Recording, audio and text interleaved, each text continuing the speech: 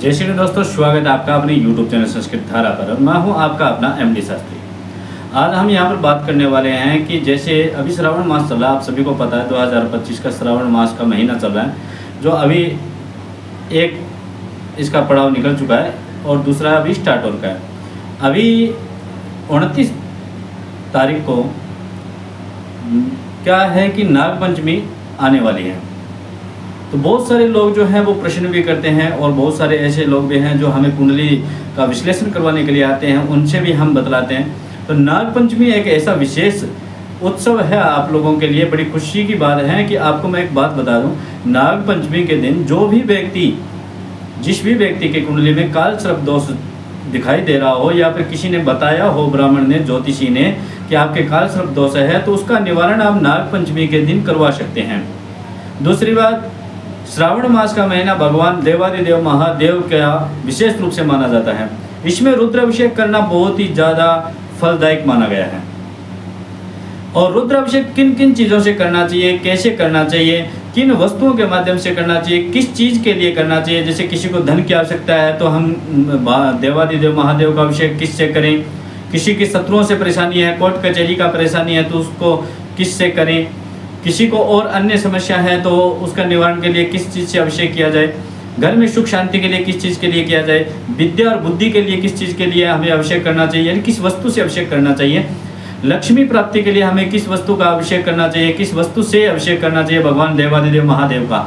विशेष रूप से मैं आपसे बताना चाहूँगा कि जैसे घरों में कई माताएं जो हैं वो नर्मदेश्वर भगवान को ना देख करके चीनी माटी के जो एक शिवलिंग आते हैं, उनसे मैं विशेष रूप से कहना चाहूँगा कि वो नर्मदेश्वर भगवान को ही अपने घर के अंदर लेकर के आए और तुलसी के अंदर बिल्कुल भी ना रखें भैया, क्योंकि तुलसी के अंदर कभी भी देवादिदेव महादेव नहीं रहते हैं, उनका निवास स्थान तुलसी नहीं है। उनको मंदिर में ही स्थापित किया जाए। नर्मदेश्वर भगवान को आप लेकर के मंदिर में ही स्थापित करें और मंदिर में रख करके उनकी नित्य प्रतिदिन हमेशा उनको स्नान इत्यादि यानी अभिषेक इत्यादि करके, जैसा भी आपको आता है, जरूरी नहीं है सबको रुद्राष्टाध्याय आती हो, सब रुद्राष्टाध्याय से करें, लेकिन जैसा भी आपको आता है उसी के माध्यम से आपको भगवान शिव को, नर्मदेश्वर भगवान को जल अभिषेक करके या पंचामृत से स्नान करवा कर, दूध से स्नान, जैसा भी आपके पास में अवेलेबल हो वैसे स्नान करके उनको और प्रोक्षण करते हुए उनका तिलक आदि करके बिलपत्र इत्यादि आप चढ़ाएं, जिससे आपको काफ़ी ज़्यादा लाभ यहाँ पर और आपको इच्छा अनुसार फल प्राप्ति भी होती है। अब इन्हीं बातों के बारे में हम बात करेंगे यहाँ पर। तो चलिए आपको मैं बताता हूँ अलग अलग वस्तु के बारे में कि कौन सी वस्तु क्या चढ़ाने पर हमें किस प्रकार का फल प्राप्त होता है और किस वस्तु को चढ़ाने से हमें किस प्रकार की समस्या से हमें निजात प्राप्त होती है। यानी हमें कैसी भी समस्या हो, चाहे वह रोग हो, दोष हो, यादि हो, व्याधि हो, कैसी भी समस्या हो, उसका देवादिदेव महादेव के अभिषेक के माध्यम से हम किस प्रकार से दूरी कर सकते हैं तथा इन संकटों को दूर कर सकते हैं, क्योंकि जो काल है उसका महाकाल देवादिदेव महादेव है। इसलिए रुद्र अभिषेक के माध्यम से अभी जो नागपंचमी जो आ रही है, इसमें काल सर्प दोष का निवारण करवा सकते हो। राहु या केतु इत्यादि के ग्रह का आपके ऊपर दृष्टि चल रही है या फिर आपकी दशा चल रही है या आपके क्रूर ग्रह में, क्रूर स्थान पर किसी भी ग्रह के साथ में बैठे हुए हैं, तो उनका निवारण अगर आपको करवाना हो, जैसे एक नहीं कई प्रकार के दोष होते हैं, उसकी वीडियो हम अलग बनाएंगे जिसमें आपको बताएंगे कि भी किसे कैसे ऐसे दोष हैं जिनके माध्यम से आप देवादिदेव महादेव का अभिषेक करके आप प्राप्ति कर सकते हैं शुभ फल की। वीडियो थोड़ी लंबी हो सकती है लेकिन आप जरूर देखें और लास्ट तक देखें। लाइक, शेयर और सब्सक्राइब इसको जरूर करें, जिससे आपको पता चलेगा कि किस वस्तु के माध्यम से अभिषेक करें जिससे आपको आपकी इच्छा अनुसार फल की प्राप्ति हो सके। चलिए फिर देखते हैं अपनी वीडियो को कि भी किस वस्तु से क्या चीज़ हमें प्राप्त हो सकती है। जल से अभिषेक। जल से अभिषेक करने में वातावरण में सकारात्मकता ऊर्जा बढ़ती है, जिससे वर्षा होने की संभावनाएं बढ़ती रहती है। जल से अभिषेक करने से मन शांत रहता है और मानसिक तनाव दूर होता है। जल में पवित्रता होती है जो जीवन को शुद्ध और पवित्र बनाता है। यदि क्षेत्र में सूखा पड़ रहा हो और वर्षा की आवश्यकता हो तो सभी को मिलकर के एक साथ समूह के साथ में मिलकर के ओम रुद्राय नमः मंत्र का जाप करते हुए और आपको रुद्राष्टाध्याय द्वारा ब्राह्मण के माध्यम से जल अभिषेक करवाना चाहिए, जिससे आपको इच्छा अनुसार फल की प्राप्ति होती है। दूसरा देखते हैं, दूसरे में क्या कहते हैं हमें कि घी के माध्यम से हमें अगर रुद्राभिषेक करना पड़े तो वो किस लिए किया जाता है। जिस भी भाई बंधु को संतानोत्पत्ति और वंश विस्तार में कोई दिक्कत आ रही हो, यानी संतान की उत्पत्ति नहीं हो रही हो, पुत्र प्राप्ति नहीं हो रही हो, तो अभी जो श्रावण मास चल रहा है इसमें, या फिर कभी भी कह सकते हैं श्रावण मास एक विशेष रूप से है कि संतान उत्पत्ति के लिए हमें व्यक्ति को कुल की समृद्धि और शांति प्राप्त करने के लिए घी से अभिषेक करना चाहिए। इस अभिषेक के दौरान सहस्त्रनाम मंत्रों का उच्चारण भी करना चाहिए हमें। जो भगवान देवादिदेव महादेव के सहस्त्र नाम हैं उनका भी उच्चारण हमें करना चाहिए। जिन भी भाई बंधु को, जिस भी दाम्पत्य जीवन में रहने वाले जो भी व्यक्ति हैं, उनको अगर संतान की वंश वृद्धि की उत्पत्ति चाहिए, जिनके संतान उत्पत्ति में कन्या के अलावा पुत्र प्राप्ति भी होती है, उसको घी से अभिषेक करना चाहिए, जिससे आपको फल अनुसार प्राप्ति होगी। आगे, सरसों के तेल से अभिषेक क्यों किया जाता है? कहते हैं शत्रुओं और विरोधियों को शांत करने के लिए हमें सरसों के तेल का अभिषेक करना चाहिए।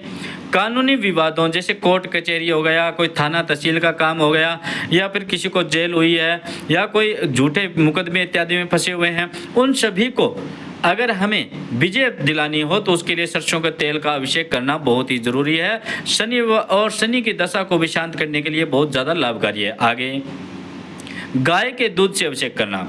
अब गाय के दूध से अभिषेक करने के लिए भैया संतान सुख प्राप्त करने के लिए यह अभिषेक बहुत ही विशेष रूप से है। यानी गाय का, शुद्ध गाय का, देसी गाय का अगर दूध मिले और उससे हम अगर अभिषेक किए करें तो हमें संतान प्राप्ति की जो बाधा आ रही है वह दूर होती है, और यह अत्यंत प्रभावी उपाय बतलाया गया है। घी से भी कर सकते हैं और गाय के दूध से भी कर सकते हैं। यदि संतान उत्पन्न होकर के मृत पैदा होती हो तो गो दुग्ध, गाय के दूध से अभिषेक करना चाहिए। यानी जिनका गर्भपात होता हो बार बार में, उनको गाय के दूध का अभिषेक करना चाहिए। शक्कर मिले दूध से अभिषेक क्यों करना चाहिए? कहते हैं जो जड़ बुद्धि व्यक्ति होते हैं, जो जैसे बच्चे हो गए, हमारे जो बच्चे हैं जो मंद बुद्धि के हैं, और कई बच्चे हैं जो पढ़ाई में बिल्कुल ही कमज़ोर हैं, जिनको याद कराते हैं बार बार में वो याद नहीं कर पाते हैं, वो भूल जाते हैं, या फिर उनको पढ़ने में बड़ी दिक्कत आ रही हो, ऐसे विद्यार्थियों के लिए विशेष रूप से शक्कर से मिश्रित दूध का अभिषेक आप देवादिदेव महादेव का करें, नर्मदेश्वर भगवान का करें, और चंदन का इससे लेप करें, जिससे जो मूर्ख से मूर्ख व्यक्ति होता है, जो जड़ बुद्धि जिसे कहते हैं, जो बिल्कुल ही एकदम गवार होता है कहते हैं, वह भी धीरे धीरे करके विद्वत्ता की प्रवृत्ति की ओर प्रवेश करने लग जाता है। ऐसा होता है, देवादिदेव महादेव की कृपा बरसने लग जाती है। आगे देखते हैं गन्ने के रस से अभिषेक क्यों किया जाता है। देखो भैया, आजकल इस कलयुग में सबसे ज़्यादा हमें पता है कि अर्थ की सबसे ज़्यादा आवश्यकता होती है, लक्ष्मी की सबको आवश्यकता होती है। तो आर्थिक समृद्धि और धन प्राप्ति के लिए हमें गन्ने के रस से अभिषेक करना चाहिए। व्यापार और कारोबार को वृद्धि में लाने के लिए इस अभिषेक को करना बहुत जरूरी है। जीवन में ऐश्वर्य और वैभव, धन धान्य की वृद्धि प्राप्त करने के लिए गन्ने के रस से, जिसे इक्षु रस कहते हैं, के रस से हमें अभिषेक करना चाहिए। अभिषेक के बाद शिवलिंग पर कमल का फूल चढ़ाना अत्यंत ही शुभ माना गया है। तो जो भी भैया सुन रहे हो, जिनको लक्ष्मी की प्राप्ति चाहिए, वो गन्ने के रस से जरूर श्रावण मास में अभिषेक जरूर करें। आगे वाला देख लेते हैं किस चीज़ का अभिषेक बताया गया है। कहते हैं शीतल जल या गंगा जल से अभिषेक। कहते हैं जिस व्यक्ति को या जिस व्यक्ति के घर में, परिवार में बुखार, सिर दर्द और मानसिक अशांति होती हो, उसको दूर करने के लिए हमें शीतल जल तथा गंगा जल के माध्यम से ही भगवान शिव का अभिषेक करना चाहिए। शरीर में एक ऊर्जा प्राप्त होती है इससे, और विशेष रूप से श्रावण मास में सोमवार के दिन यह करने से बहुत ज़्यादा प्रभाव होता है। और वैसे नाग पंचमी के दिन भी करने से बहुत ज़्यादा प्रभाव मिलता है हमें। शिवरात्रि के प्रदोष काल में भी करने पर इसका काफ़ी ज़्यादा प्रभाव मिलता है। जिस व्यक्ति को बार बार में बुखार, सिर दर्द और मानसिक तनाव हो, उसे शीतल जल और गंगा जल से अभिषेक करना चाहिए। तीर्थ जल से अभिषेक। जन्म मृत्यु के चक्कर से जिसको मुक्ति की प्राप्ति चाहिए, यह अभिषेक किया जाता है। पितरों की शांति के लिए भी यह अभिषेक किया जाता है, लाभकारी होता है। जैसे हमारे पितर हैं, पितर हमेशा 5 प्रकार के होते हैं, मैं हमेशा बताता भी हूँ। जो भी हमारे पूर्वज चले गए वो हमारे लिए पितर हैं। उनकी शांति के लिए, उनकी तृप्ति के लिए हमें तीर्थ का जल का अभिषेक करना चाहिए। उससे हमें ऊर्जा भी प्राप्त होती है और नेगेटिव एनर्जी जो है वो समाप्त होती है। परिवार में कोई भी दिवंगत हो तो उनकी आत्मा की शांति के लिए हमें तीर्थ यानी गंगा, यमुना, नर्मदा, कावेरी, कोई भी तीर्थ स्थल जल जो हो हमारे पास में, उसी से हमें देवादिदेव महादेव का अभिषेक करना चाहिए। इससे हमारे जो पितृदेव हैं, जो हमारे पूर्वज हैं, वह संतुष्ट होते हैं और संतुष्ट होने से वह हमें आशीर्वाद देते हैं और आशीर्वाद देने से हमें दिन दुगनी रात चौगुनी की प्राप्ति होती है और ऐसा ही फल हमें इस शिव अभिषेक के माध्यम से मिलता है। शक्कर मिश्रित जल से अभिषेक करना। शक्कर से मिश्रित जल का अभिषेक हमें क्या मिलता है? जिन लोगों को संतान सुख की इच्छा हो उनके लिए लाभकारी है, परिवार में सुख और समृद्धि बनाए रखता है और कहते हैं भगवान शिव को बिलपत्र और सफ़ेद मिठाई अर्पित करना बहुत ही ज़्यादा विशेषकर लाभदायक होता है। कहते हैं शक्कर के साथ में अगर हम जल को मिला करके, पहले दूध मिलाया था, अब जल को मिला करके अगर हम अभिषेक करते हैं तो उसे संतान की उत्पत्ति प्राप्त होती है। जो भी दाम्पत्य जीवन, जो गरीब हैं, जो कह सकते हैं कि हमारे पास में इतना धन नहीं कि हम उसे दूध से और अन्य चीज़ों से स्नान करा सकें, वो शक्कर और जल से अभिषेक करवाएं, उनको संतान उत्पत्ति प्राप्त होगी। तो ये वीडियो आपको कैसा लगा?